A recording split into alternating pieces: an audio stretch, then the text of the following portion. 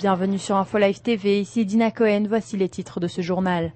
9 otages ont été tués lors de la série d'attaques meurtrières menées par des extrémistes islamistes à Bombay, a déclaré samedi le ministère israélien des Affaires étrangères. Une équipe israélienne a été dépêchée sur les lieux afin d'aider les autorités indiennes dans le processus d'identification des victimes. Ce samedi, le nom d'une des victimes israéliennes a été publié. Il s'agit de Yochevet Orpaz, âgée de 60 ans, qui a été identifiée sur place par des membres de sa famille.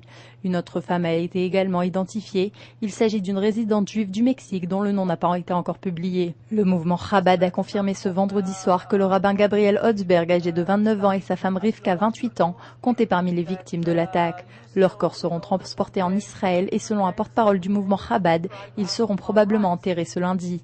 2 autres victimes du mouvement Chabad ont été également identifiées. Il s'agit de Ben Zion Human et le rabbin Tetelbon Leivitch, un citoyen américain qui vivait à Jérusalem.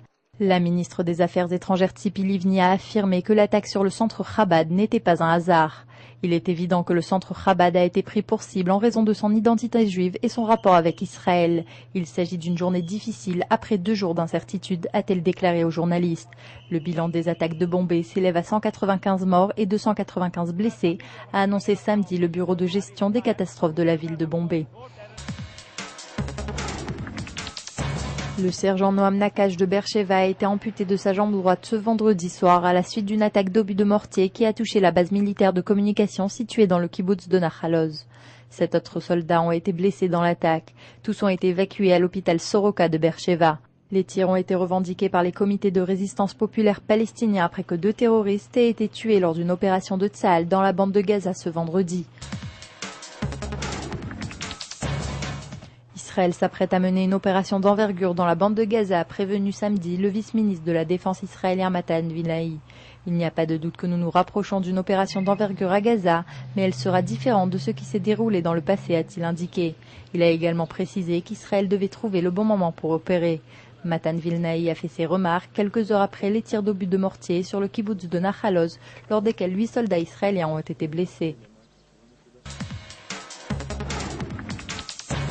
Le cheikh Raed Salah accuse les dirigeants israéliens d'être des criminels et des assassins engagés dans des crimes de guerre. Le chef de la branche nord du mouvement islamique israélien a fait un discours devant des milliers d'Arabes israéliens à Nazareth. Il a qualifié les leaders israéliens de meurtriers pour les opérations menées à Gaza par les forces de Tsahal. Il a également dénoncé le blocus sur la bande de Gaza. Le Premier ministre Ehud Olmert a rencontré jeudi les principaux responsables de la Silicon Valley israélienne, société de haute technologie et d'investissement, afin d'évoquer les réponses à apporter face à la crise financière mondiale. Selon eux, les sources d'investissement dans l'industrie de la haute technologie se tarissent en raison de la crise et un soutien gouvernemental est nécessaire. Un plan de base a été mis en place pour soutenir l'industrie du high-tech, selon lequel l'État devrait dépenser 500 millions de shekels sur une période de 10 ans.